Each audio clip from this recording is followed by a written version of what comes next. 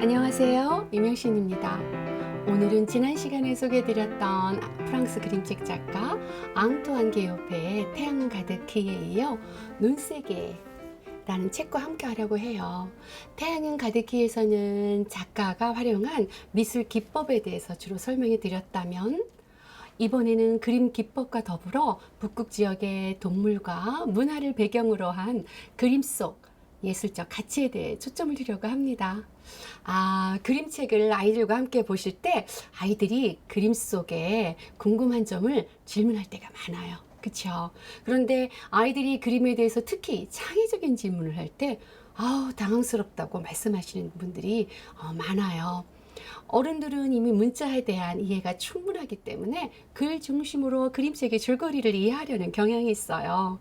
하지만 아이들은 그림을 탐색하며 즐기는 경우가 많거든요. 아이들뿐만 아니라 어른들도 그림책에서 그림이 전달하는 예술성을 이해하면서 보시면 그림책의 깊이에 대해서 새롭게 느끼실 수 있어요.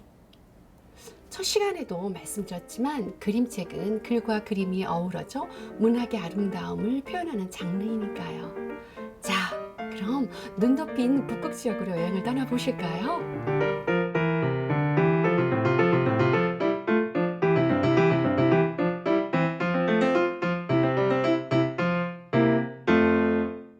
북극, 영어로 Arctic이라는 단어의 어원은 곰의 별자리와 관련된 이란 뜻의 글이 있어 Arcticus에서 유래한다 해요.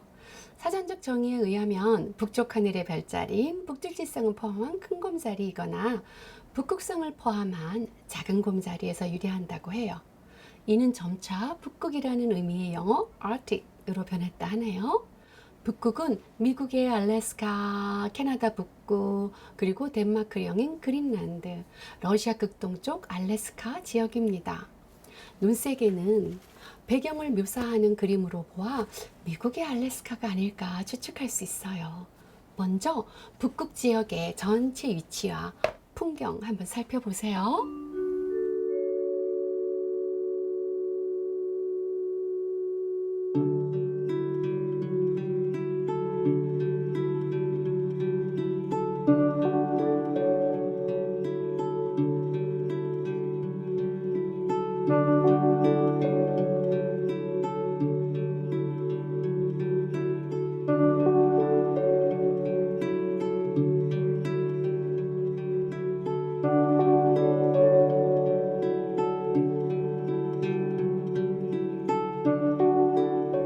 다음으로 알래스카 지역의 풍경 보시고 이 책에 등장하는 배경이 어느 지역일까 함께 풀어가는 것도 재밌을 것 같아요. 알래스카의 어원은 Aleute어로 알래시카, 즉 섬이 아닌 땅, 광으로 광활한 대지를 의미한다고 해요.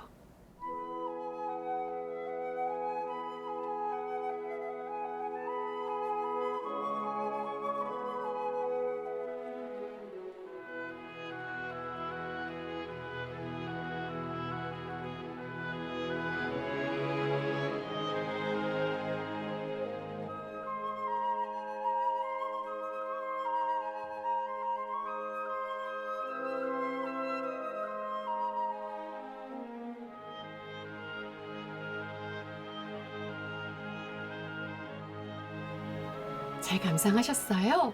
그럼 본격적으로 책을 살펴보지요. 자, 눈세게 책의 앞표지에는 알래스카에 서식하는 스라소니가 정면을 바라보며 우용을 자랑하고 있습니다. 표지의 스라소니는 귀를 쫑긋 세워 정면을 바라보며 독자를 책 속으로 초대하는 것 같아요. 스라소니 귀 끝에 길고 뾰족한 털은 소리의 방향을 탐지하는 데 중요한 역할을 한다 해요. 흰 바탕에 스라소니의 페이퍼 커팅 형태와 스라소니 외부 윤곽선 안에 제목을 삽입해서 마치 제목이 스라소니 몸의 일부분 같이 표현했네요. 작가의 뛰어난 창의성을 엿볼 수 있어요. 실물과 똑같은 모양으로 사실적으로 페이퍼 커팅된 스라소니는 하얀 눈 속으로 우리를 초대합니다. 이 책의 이야기는 태양은 가득히에서처럼 책 뒷표지부터 시작합니다. 늑대의 형체가 불쑥 나타나 눈 내린 숲을 가로질러 갑니다. 온 숲에 긴장감이 감돌기 시작합니다. 로 이야기를 시작하지요. 실루엣과 레이저 커팅 기법으로 묘사한 눈 덮인 밤 풍경을 배경으로 들소가 걸어갑니다. 보이지 않는 늑대의 형체는 고드름이 뚝뚝 떨어지는 고요한 숲속을 걸어가는 들소조차 긴장하는 느낌을 줍니다. 면지로 가봅니다. 눈 덮인 지역과 초록빛이 생생한 나무들의 모습이 공존하는 알래스카의 풍경을 흑백의 실루엣으로 은은하게 묘사했습니다. 자, 뒷면지도 보시지요. 근거리에는 알래스카 지역의 나무들이 상세하게 묘사되어 있고, 원거리의 풍경은 산의 바닥을 평행선으로 그려 고요하고 평화로운 느낌을 주는 것 같아요. 서서히 밤이 오는구나, 엄마가 말합니다.로 시작하는 장면에서는 하늘에서 독수리 한 마리가 높이 날고 있습니다. 눈 덮인 산의 능선 위로 높이 날고 있는 독수리. 산과 지면의 분리선은 사선으로 묘사되어 뭔가 일어날 것 같은 긴장감을 줍니다. 과연 어떤 일이 벌어질까요? 독수리 한 마리가 새끼들에게 줄 먹이를 찾아 하늘을 날고 있습니다. 라는 장면에서는 독수리가 저 멀리 자유롭게 나르는 모습을 열린 공간으로 묘사했지만, 방사형 구도로 닫힌 공간으로 묘사한 이 장면은 구심적 통일감을 주고 있습니다. 독자의 시선을 한 곳으로 집중해 무슨 일이 일어날 것인가 호기심을 갖도록 유도하네요. 뒷면의 나무 실루엣은 마치 숲속에 실제로 누워 하늘을 보고 있는 듯한 입체감과 조용미를 느끼게 해줍니다. 앞으로 어떤 일이 벌어질까요? 여러분도 한번 추측해 보세요. 페이지를 넘기면 우리에게는 평화로운 숲을 통해 보였던 하늘의 모습이 토끼에게는 두려움의 대상인 독수리를 보는 장면으로 묘사되어 있어요. 빽빽한 나무숲 사이 저 멀리 먹잇감을 구하는 독수리의 역동적인 모습이 강조되었어요. 하지만 지상에 있는 토끼에게는 날쌔게 내려와 언제 먹힐지 모르는 두려움의 대상이지요. 실제로 토끼가 언제 덮칠지 모르는 두려움에 떨며 나무숲 사이로 하늘을 바라보고 있는 듯한 모습을 실루엣으로 묘사했어요. 여기에 등장하는 토끼는 이 장면의 그림으로 볼 때 북극에 사는 눈더신 토끼로 추측할 수 있어요. 실제 눈더신 토끼와 책 속의 토끼 비교해 보세요.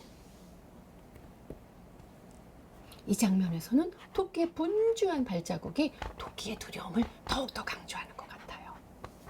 자, 이제는 이 장면을 생생하게 즐기기 위해 손전등을 비춰볼까요? 손전등을 이리저리 움직이며 비춰보세요. 이번에는 좀 색다르게 셀로판지를 한번 대보고 손전등을 비춰볼 거예요. 여러분들도 한번 해보세요. 재미있습니다. 숲속의 나무들 실루엣이 입체적으로 비치어 실제로 독수리가 하늘 높이 나는 듯이 보입니다. 작가의 섬세한 페이퍼 커팅의 진수를 보는 듯합니다. 이 책에 등장하는 독수리는 북아메리카와 북극 지역에 걸쳐 서식하는 흰머리 수리로 추정할 수 있어요. 미국의 원주민 전설을 바탕으로 구성한 존 스텝토의 The Story of Jumping Mouse라는 그림책에서도 쥐가 역경을 이겨내고 다른 동물들을 위한 희생을 통해 독수리가 되어 자유롭게 하늘을 나르는 이야기가 있습니다. 이와 같이 흰머리 수리는 미국 원주민인 아메리칸 인디언 사이의 신성한 동물로서 숭배 대상이었다고 해요.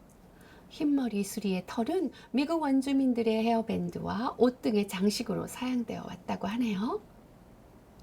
하얀 눈 위에 발자국은 누구의 것일까요? 눈더신 토끼? 북방 쪽제비? 아니면 스라소니 발자국일까요? 네, 세 마리 모두의 발자국이었군요. 바로 그때 그가 나타납니다. 늑대가 나타난 걸까요? 사진과 그림의 동물 발자국 비교해가며 감상해 보시기 바랍니다. 눈송이가 내리기 시작합니다. 사방이 고요해집니다. 라는 장면입니다. 하얀색 실루엣의 나무와 눈을 포지티브 형태로, 배경을 검은색의 네거티브로 눈 내리는 밤의 적막함과 고요함을 강조하고 있네요. 다음으로 스라소니 모습이 눈 내리는 숲속에서 사실적으로 묘사되어 있습니다. 눈 내리는 고요한 밤의 풍경을 배경으로 스라소니의 경계심을 흙과 백의 페이퍼 커팅으로 대조해 잘 표현하고 있네요. 까만 바탕에 내리는 눈과 하얀 바탕의 눈의 표현이 어떻게 다른 느낌을 주는지 감상해 보시죠. 밤이 깊었습니다. 추위 속에서 비명소리가 울립니다. 라는 장면에서는 북극의 흰 올빼미 암컷이 등장합니다. 이 장면의 올빼미는 그림으로 보아 암컷으로 추정할 수 있어요. 흰 올빼미 암컷은 수컷보다 검은 깃털이 많다고 해요. 이 흰 올빼미는 해리포터의 애완동물 하드위그로도 등장해 더 유명해졌다고 하는데요.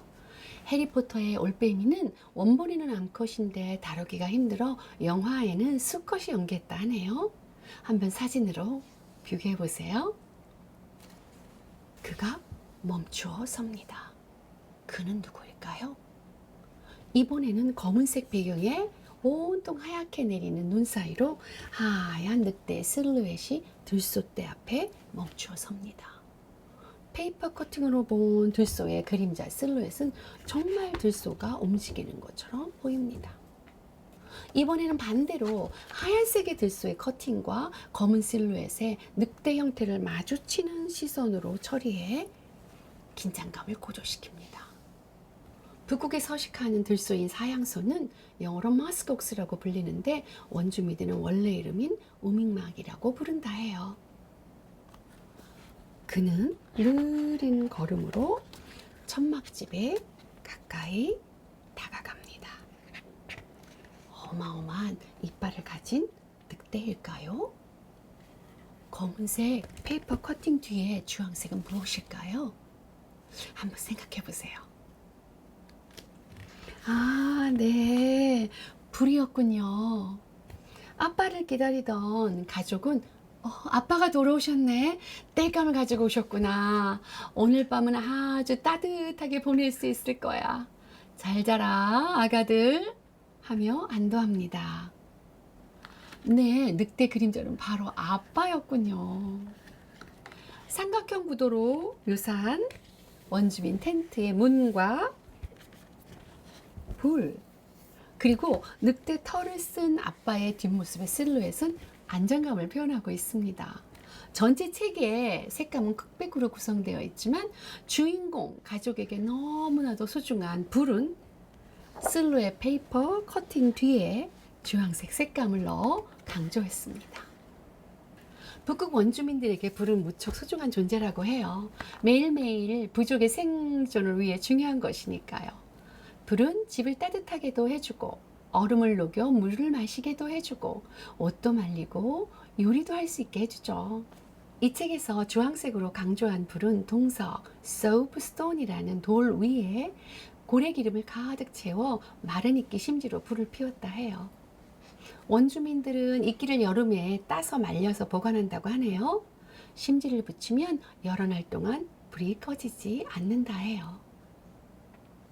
이 책에서 등장하는 동물들은 바로 늑대들이 주로 사냥하는 동물들이 순차적으로 나옵니다. 북극 늑대는 캐나다, 알래스카, 그린란드, 아이슬란드 그리고 북유럽 등에 서식하는데요. 주로 눈더신 토끼, 북방 쪽제비, 사양소, 술록, 맑고 손바닥 사슴 등을 사냥한다고 합니다. 아빠는 동물들의 공격을 피해 늑대털로 만든 파카를 입고 가장을 한 것이 아닐까 싶어요. 또한 소중한 불을 꺼뜨리지 않기 위해 추운 밤에 나무를 구해 오신 거고요. 가족들이 따스하게 지내기 위한 땔감을 가져오기 위해 말이지요. 아빠의 사랑과 희생이 가족 모두를 환하게 웃게 하네요. 이 책을 더 잘 이해하기 위해 등장인물로 나오는 북극 원주민에 대해 알아볼까 해요. 함께 가보실까요? 고고학자들은 BC 2만 년경에 북극에서 사용했던 도구와 무기를 발견했고 1만 1500년 전 어린이 유골 화석도 발견했다고 해요. 선사시대에 북극에서 러시아와 스칸디나비아 유목민들이 거주했고 그들은 거대한 술록무리를 따라 고기와 털을 찾아 동물들을 사냥했다고 해요. 1만 2천 년보다 훨씬 전인 마지막 bin하기의 유목민들 중 일부는 한때 두 대륙이 연결되어 있었던 아시아에서 북극의 북아메리카에 정착했고, 다른 일부는 남쪽의 따뜻한 기후로 이동했다고 해요. 지구에서 가장 추운 북극 지역에 사는 원주민은 크게 북부 알래스카와 캐나다, 그린란드 이누이트와 서부 알래스카, 극동부 러시아에 거주하는 유피크족으로 나뉘고, 알루트족 등을 비롯한 여러 부족들이 거주하고 있다고 해요. 서양권에서는 이 지역에 사는 원주민들 대개 에스키모인이라고 부르지만, 이 단어가 이누이트 부족에게는 날고기를 먹는 사람들이라는 비하의 뜻이 있다고 생각해서 이누이트로 불러주는 것을 좋아한다고 하네요. 사람들이라는 뜻이랍니다. 하지만 유피크족은 에스키모인이라고 불리는 건 괜찮지만 이누이트라고 불리는 것은 좋아하지 않는다고 해요. 태양은 가득히 책의 아프리카 부족들처럼 북극의 원주민들도 부족 간에 다른 언어와 전통이 있고 다양한 특성이 있는 것 같아요. 다음으로 미국 원주민의 주거 형태를 알아볼까요? 이 책에서 가족이 살고 있는 장면의 집은 바다 표범이나 술록 가죽으로 만든 투픽이라고 불리는 텐트입니다. 이 안에서 숙식을 해결하기 때문에 나무로 기둥을 만들고 가운데는 뚫어놓아 불연기와 공기가 나갈 수 있는 통로를 만들었지요. 투픽 역시 삼각구도로 정적인 안정감을 줍니다. 투픽에서는 주로 여름에 거주하고 추운 겨울에는 땅을 파서 유목이나 고랫뼈로 벽을 만들고 흙, 잔디, 돌 등을 층층이 쌓아 투피크를 천정에 덮고 추위를 피했다고 해요. 흔히 알려진 이글루는 사냥할 때 임시로 짓는 집입니다. 물론 지금은 현대식과 예전의 집이 공존한다고 합니다. 이번에는 북극 원주민들의 의복을 살펴볼까요? 주로 파카와 바지인데 술록과 바다표범 가죽으로 만들어 방수가 잘 된다고 해요. 날씨가 추워지면 두 벌의 옷을 껴입는다고 합니다. 겉옷의 상의에는 늑대털로 만든 후드가 달려있는 파카를 입지요. 북극의 엄마들은 아가들을 파카의 모자에 업고 다닌다고 하는데요. 우리나라 엄마들이 아가들을 포대기에 업었던 것처럼 이 지역의 원주민 엄마들은 크래들 보드에 아기를 안기도 하고 업기도 한답니다. 다음으로 책에 등장하는 북극의 알래스카에 사는 동물들의 실제 사진을 보시고 다시 한번 책을 즐기시기 바랍니다.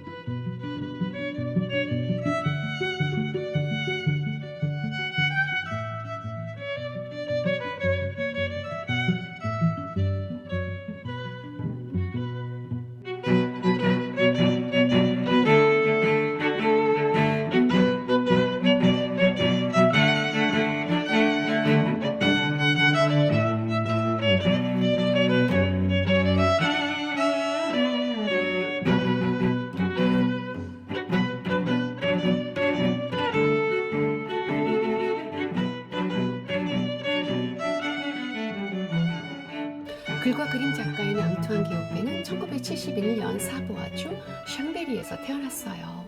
이러한 배경이 눈과 숲에 대한 책을 많이 제작하는 동기가 된 것 같습니다.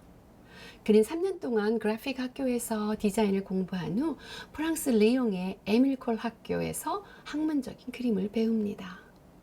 광고 그래픽 디자이너 학위를 취득한 뒤 청소년을 위한 책의 사파를 그리는 작가로 출발합니다. 작가는 2010년부터 레이저 커팅 기법을 사용하여 새로운 형태의 그림책을 개발했는데요. 그때까지 거의 사용하지 않은 이 기술적 참신함은 그의 작품을 새롭게 조명하는 계기가 되었다고 합니다. 이 레이저 커팅 기법으로 출간한 그림체 플레인 룬, 마장거, 태양은 가득히, 눈세게 등은 앙투안 기오페의 작업 방식에서 획기적인 전환점이 됩니다. 그의 작품의 특징은 흑백으로 묘사한 그래픽입니다. 앙투안 기오페는 본인이 제작한 책은 빨리 읽는 책이 아니라 여유 있는 마음으로 천천히 보는 책이라고 합니다. 독자가 책을 본 것을 이해하고 이미지가 주는 즐거움을 느끼며 천천히 읽는 것이 중요하다고 해요. 작가는 이 책을 읽으며 일상생활에서 벗어나 아이들에게 여행할 기회를 주고 싶다고 하네요. 부모가 여행을 보내주지 못하면 책으로도 전달될 수 있으니까요. 또한 각 나라 밖으로 여행할 기회가 없는 사람들에게도 재밌을 거라고 생각했다고 합니다. 즉, 작가에게 탈출에 대한 아이디어는 중요하다고 합니다. 작가는 책을 통해 독자들에게 공상하고 혹은 꿈을 꾸고 다양한 것을 볼 수 있는 기회를 제공하여 몸은 집에 있지만 움직이고 싶은 소망을 가질 수 있으면 좋겠다고 해요. 작가의 작품에는 빛, 흑백의 대조 등 영화적인 측면이 많이 있는데 이러한 영감은 9살 때부터 아빠가 구해준 수백 편의 다양한 주제의 비디오, 테이프, 영화를 보았던 취미에서 비롯됐다고 합니다. 이런 배경으로 어린 시절에 영화를 무척이나 좋아했던 작가는 영화에서 사용된 프레임이 시간이 지남에 따라 작가에게 큰 영향을 끼쳤다 해요. 영화 감독이 배우들과 함께 하는 것처럼 작가는 이야기를 그릴 때나 작가의 캐릭터를 설정할 때 항상 그때 생각을 떠올린다고 합니다. 작가는 각자의 나이마다 다른 책을 마음속에 간직하게 되는데 그런 책과의 관계는 계속 이어서 우리 마음속에 스며들게 된다고 해요. 작가의 책이 기억 속에 남는 책이 되었으면 한다고 독자에게 바랍니다.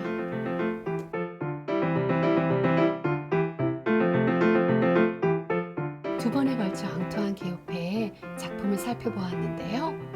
어떠셨어요?